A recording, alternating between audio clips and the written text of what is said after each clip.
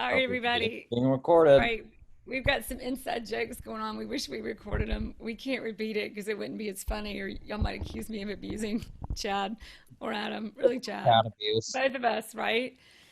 So we're just letting everybody eavesdrop in on our weekly, or we have these multiple conversations about the market and what's going on, but we've got a lot of people asking us questions just about what's going on today, what's going on in the market. So we're going to let you guys eavesdrop on us. We talked a little bit about before we started recording just kind of like, what do you guys want to know right now? It's a crazy market. Why is it a crazy market? In the middle of COVID and quarantining and, rioting and a lot of just kind of what some people may call imbalance. Other people say maybe everything's just actually fallen into place finally. What do you guys have to share with us about just, we've got a lot of clients, we're finding things off market. But before we talk about that, do you guys want to share anything about how are we doing so well? How's Atlanta Fun Homes doing so well? How's Atlanta doing so well in such a crazy time? Yeah. Adam, do you want to go first or do you want me to? Go for it, Chad. Okay. If you We know you insist. want to go. We know you want to go first, Chad. Chad's only Um, on like 20 podcasts a week. So this is his genre. He's in his world. I think right now, it can be any type of market, there's opportunity everywhere, I think ultimately. And if you want, if you're a buyer and you want, a great deal, I think that those opportunities do exist. You might have to look for them and you might have to scope them out, but a lot we've seen them in homes that have been on the market for, a long time, like a couple months. And especially going into COVID, those sellers start to get worried that their house hasn't sold. They don't know where the market's going. So for example, we just did one in historic Marietta where the clients wanted to lease the house or, lease a Well, house. they called us about another property we had for lease, Yes, yes, yes. That's and what we it just was. thought they were just looking to rent. They really turns out we dug deeper. Yeah. And they ended up basically wanting to buy. And we found this gorgeous, gorgeous house in historic Marietta. It is the coolest house in the world. It's like on 5 acres, but He says yeah. that about every house he sells, y'all. But this one actually was cool. Yeah, call us to list yours. It's a gorgeous house. Well, it Um, helps sell them. But exactly. this was really a special home. Yeah, and basically Yeah. we put together this super creative financing deal where the seller carried part of the note and they lease purchased it and they put, and it made like crazy. There's so many moving parts. I mean, the contract ended up being like 40 pages or something crazy. Well, yeah, we negotiated that for hours. Yes. But I think what the cool thing to share is, we'll finish what you were saying. Yeah, no, all that to say, I think that, yeah, I guess like I was saying, there's opportunity, but you definitely need to look for it and get creative about it. Yeah, and some of it is people want to sell, but they're afraid to go on the market. I feel like every day people feel a little bit different. Even I feel a little bit different about COVID. Some days we're like, not to be cynical, but is this real? And then the next day you're meeting people who that's another inside joke, everybody. But you're meeting people who got sick. Then you remember people that you've been connected to that have actually passed away because of this, especially before we really knew what it was. And so that can make it difficult to show. People might want to sell, but they're not necessarily in the market the way they would be before. So we've got, actually, especially recently over the last week, the last time we had this conversation, Bridget was on the show, and supply was actually going up. And this is the crazy thing right now: supply in Metro Atlanta overall. If you look at, if we have, we'll see about posting the charts for everybody. But the supply is going back down, prices are going back up. That's also contracts going up. So the market is incredibly active. Interest rates are low. Everybody's a little bit worried about inflation because we are getting money from the government. Is that going to cause inflation? Also, interest rates are going to rise. I think that's spurring on a lot of buying right now. Adam, what can you share with us about the market right now? What's the on the ground experience that you're having with buyers, with people? What are we doing? What do people need to know? It's a Sure. loaded question, obviously. Yeah, I mean, you brought up a really good point on the supply going down and prices going higher, which makes a lot of people consider they're not able to find what they want for their family. Is it better to even build at this point where maybe historically it wasn't a better idea to go ahead and build? So we're helping, like I had a client where they were looking at houses and for their family, and we would look after house after house after house, and nothing really fit what they were looking for, especially for the price point as prices go up and inventory goes down. So we were able to find them an off market lot.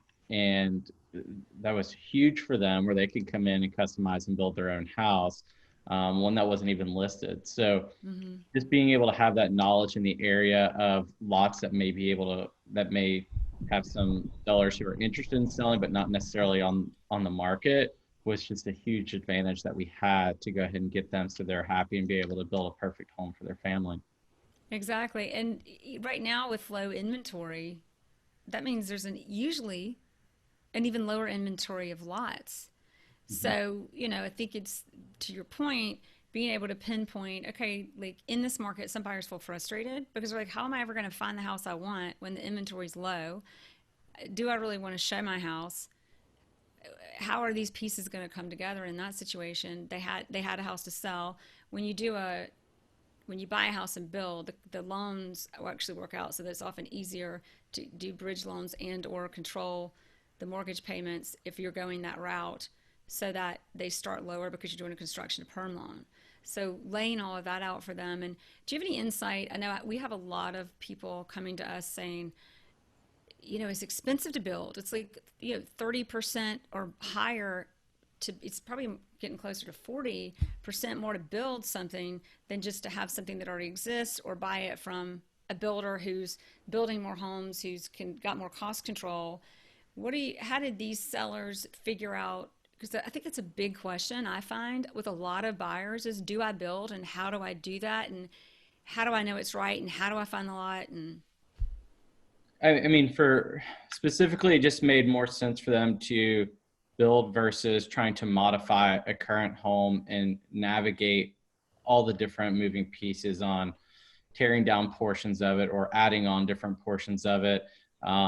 There's a lot of costs associated with that as well. And for these particulars, it just really made a lot more sense to go ahead and build from scratch because they weren't able to find exactly what they were looking for. Um, so the yeah, cost to build is there, but it just makes a lot more sense sometimes when the inventory is really low.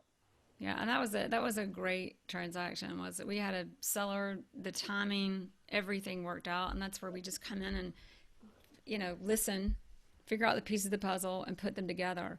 You guys had any like recent ahas about the market? Do you guys have any predictions? Do you have anything else that we want to share before we close this out, or do you have any questions for me? I'm so used to being the podcaster and the moderator. Before we close out on this, Chad, I, you up? I love the silence. Y'all, Chad is never quiet. I It's know. only because he's being recorded and we're just giving him a really hard time today. He's not sure how to And take I'm us. I'm looking at my Kybella. Look, it looks so much better now that I don't have I fixed skin. cannot believe this is recorded and this is going out to the world. We need a sponsorship from these guys or something. From Kybella. Dr. McNeil, if you're listening, next treatment on you. Like, we're going to have Rokon make sure we tag Dr. McNeil, Kai Bella. Of course, now we're going to have to get into my people, Lauren, Tracy, my estheticians. If y'all wonder about my skin, lighting helps. Anyway, back to the market. Where Yeah. were we? Back to the real Um, estate market. I think it's interesting right now because every seller, at least that I've seen, they're making a ton of money because they have so much equity. The prices are strong right now. I think they're in a position where, again, they're not exactly sure where it's going to go. So they say, well, I know I can pull out a bunch of equity right now, and then sell. Yeah. But so I mean, I don't know, and that's where I don't know where I was going with that, but Well, I'll add to it and then you'll remember. I think yeah, something interesting about what you said is you said a lot of sellers do, which is very different. We know you were a baby, Chad, but back in 2000, he hates that I did that. Back in 2006, prices were high. that's when I was born. 2000, 2000 what? 2006. What about it? And I said that's when I was born. No, it's not, everybody. didn't It's hit. not. He tried to make me believe that earlier, and I did the math. No, it's not. He's not. He's close. Anyway, sellers have a lot of equity. For everybody who wants to know this, or we'll get back to Chad's esthetician later. But so sellers have a lot of equity right now. And something else that's interesting is buyers. I've seen more and more buyers with cash. And Yeah, big that's another payments. thing. So, but I would At all say, price points too. so here's something interesting about the market. We've got, there's this sense of kind of this general consensus that we're going to experience inflation and that we're going to get higher interest rates. We are big fans of Market Insights, John Hunt and Rajiv, who I apologize, I always just call him Rajiv, I forget his last name, but they say we're not going to see inflation. And to your point, Chad, is that when people have a lot of equity and people have self-regulated because of what we experienced, we're not.